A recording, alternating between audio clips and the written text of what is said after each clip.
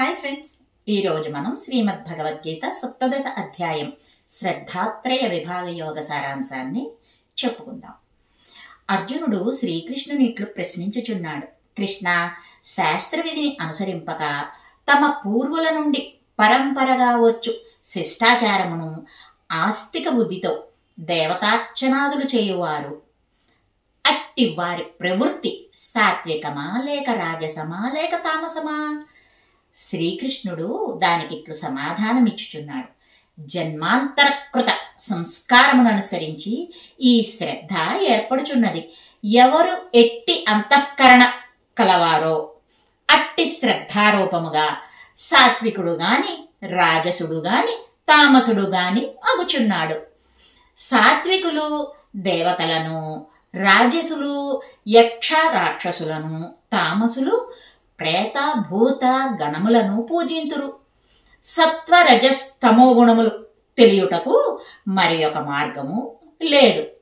విషయ సుఖములను అనుభవించవలెనన్న కోరికతో శాస్త్ర విరుద్ధమైనను ఇంకను తనకు ఇతరులకు చెడు చేయు కోరికతో తపస్సు చేయువారు అసుర స్వభావము కలవారు. సాత్విక రాజస తామస గుణములు ఆహార యజ్ఞ తపో దానములందు కూడా కారణములు. ఆయుర్దాయము, చిత్తస్థైర్యము, బలము, ఆరోగ్యము ఇంకను సుఖము కలిగించు మరియు ప్రీతిని కలిగించు నేతితో కూడినవి రసోపేతములుగా ఆహారములు సాత్వికులు ఇష్టపడదురు. ఎక్కువ చేదు, పులుపు, ఉప్పు, వేడి, కారము కలవి, చమురు లేనివి, దాహము పుట్టించు ఆహారములు రాజసులకు ఇష్టము. అవి దుఃఖము, రోగము కలిగించును. సరిగా ఉడకనివి, చిమిడి రసహీనమైనవి, భుక్తశేషము, వైశ్వదేవాది యజ్ఞములకు తగని అపవిత్రాన్నము తామసులకు ఇష్టము. నిష్కామ కర్మయోగులు శాస్త్రసమ్మతముగా చేయు యజ్ఞము సాత్విక యజ్ఞం అనబడును. ఓ అర్జున, లోకమున ధార్మికుడని పేరు పొందవలెనను కోరికతో చేయు యజ్ఞము రాజస యజ్ఞం అనబడును. శాస్త్ర సమ్మతము, అన్నదానము, దోషము లేని మంత్రము, దక్షిణ, శ్రద్ధ ఇవి లేని యజ్ఞం తామస యజ్ఞం అనబడును.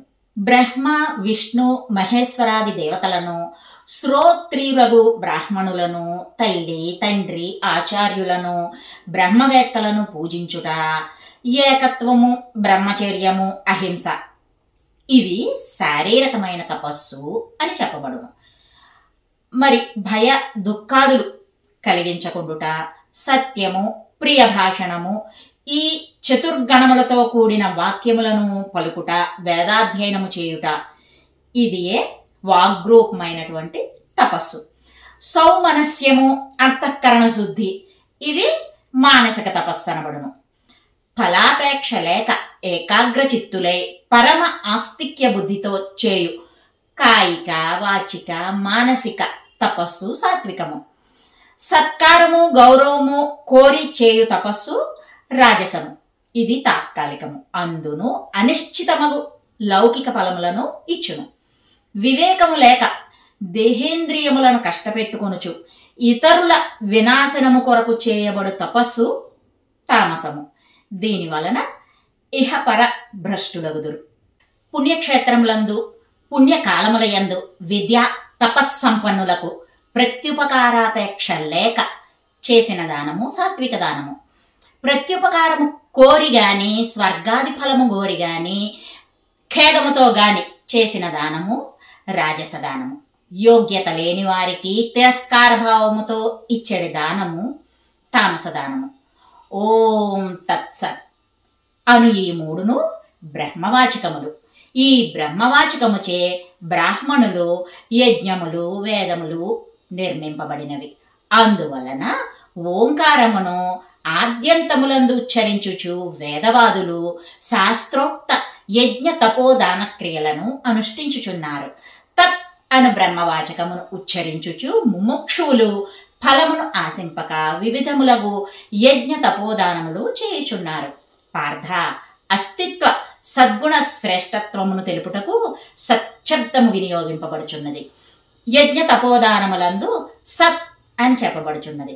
పరమేశ్వర ప్రీతి కొరకు చేయు కర్మలన్నీ సత్ అనియే చెప్పబడును. పార్థ, అశ్రద్ధతో చేసిన యజ్ఞ దాన తపములు, స్తుతి నమస్కారాది ఇతర క్రియలు అసత్ అని చెప్పబడును. ఇట్టి గుణములు ఇహపరలోకములందు నిష్ఫలములు. ఇదియే శ్రీమద్భగవద్గీత 17వ అధ్యాయ శ్రద్ధాత్రయ విభాగ యోగ సారాంశము.